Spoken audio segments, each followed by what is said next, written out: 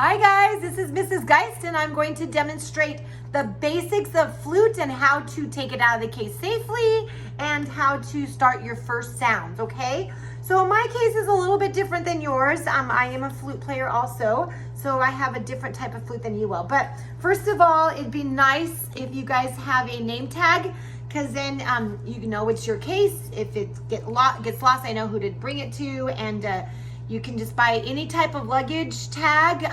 Please try not to just make a piece of tape on here. The tape's gonna fall off over time. So let's make it look classy and just get a name tag for it, okay? And maybe your rental instrument already came with one. Next thing is, as you're learning the instrument, I want you to practice and play on the floor. That way, if something falls down, it's not gonna break. Don't put it on the table. Don't put it in your lap on a chair, because it's gonna fall down and then your parents will be sad because they have to spend more money now fixing it and you won't have an instrument for a few weeks. So make sure that you know how to open it the correct way so it doesn't fall out the wrong way. Now, I'm gonna take mine out. Yours is probably one case. Now you want to be careful because the latches usually will come down. I don't have latches, I have something different, but you want to make sure that the flute doesn't fall out. So go slowly until you learn how yours works. Most cases will have the name at the top, the brand name, so you know it's not upside down. If it's upside down, the flute falls all out, and yes, it's going to get damaged. So be very careful with it when you open it. Make sure it's upright, and again, on the floor with rug, so if you do have an accident, it's not going to damage it as bad. And so we've got that open. Again, your case is going to be bigger than mine. Your case should have come with 3 different things, okay? It comes with a rod, and your rod might be a plastic black one or a white one. It doesn't matter. It's going to be a rod. This is a cleaning rod and a tuning rod. Don't need to know how to do that today. We'll talk about that later on in another video and quickly in class too. But this is a tuning rod / cleaning rod. Make sure you have one of these. Then you're also going to have a swab to clean out the spit, because we want to do that. Otherwise your flute's going to start smelling and you're going to get sick because of the germs in there. So we want a cleaning cloth. Now I just use the bandana because I think they work the best, and I just cut it in half. So we will, again, talk about how to clean it and swab it out later on.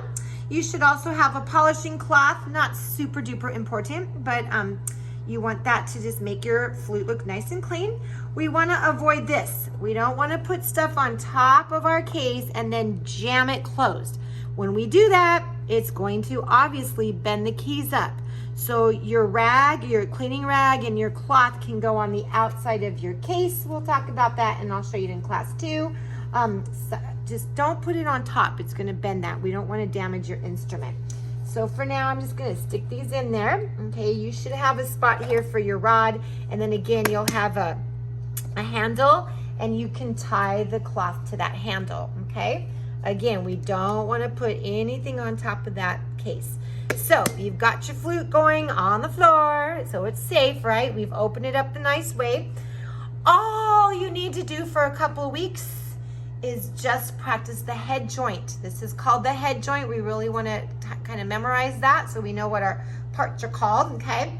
So you gotta be patient when you learn the flute. It is not super simple, okay? Everybody else in band's gonna be getting a pretty good sound, and it's gonna take us about 3-4 weeks, maybe longer.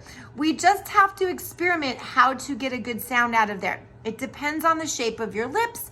It depends on the heart in the middle, that little drop, the heart drop.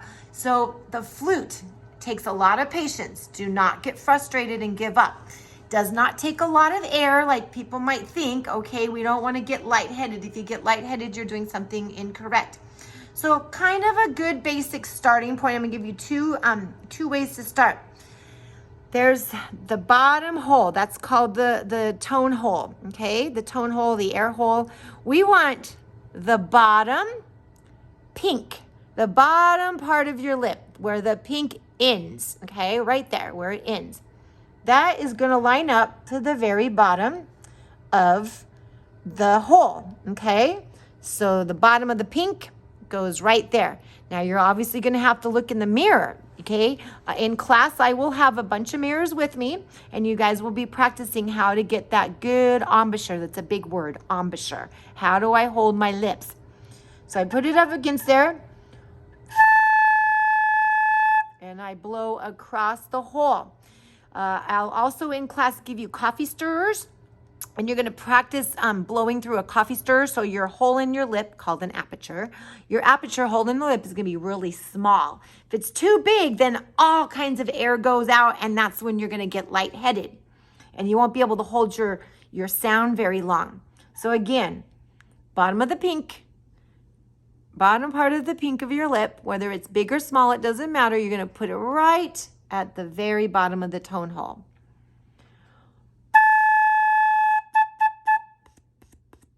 And you want to use your tongue like you're blowing a spit wad, or you're spitting a spit wad. And move it around. If it's not coming out, experiment, move it around.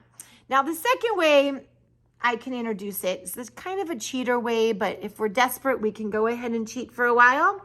You can put your lips inside the hole, and then you can roll it out. Okay, not too much, and you won't get a sound. You want to roll it around until that sound is really big.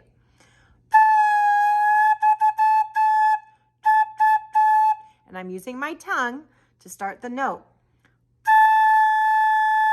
So experiment, move it around, look in the mirror, make sure your hole is really small, and blow across the hole.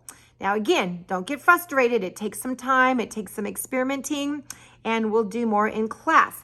I don't want you to put the flute together yet, okay? It's a pretty difficult instrument to know where to put your fingers. I'm gonna give you little stickers that can go on your flute, and you'll know where to put your fingers, okay? But for right now, we are just gonna focus on the head joint, all right? So hopefully that answers your questions to begin with, and I'll see you next week. All right, bye everyone.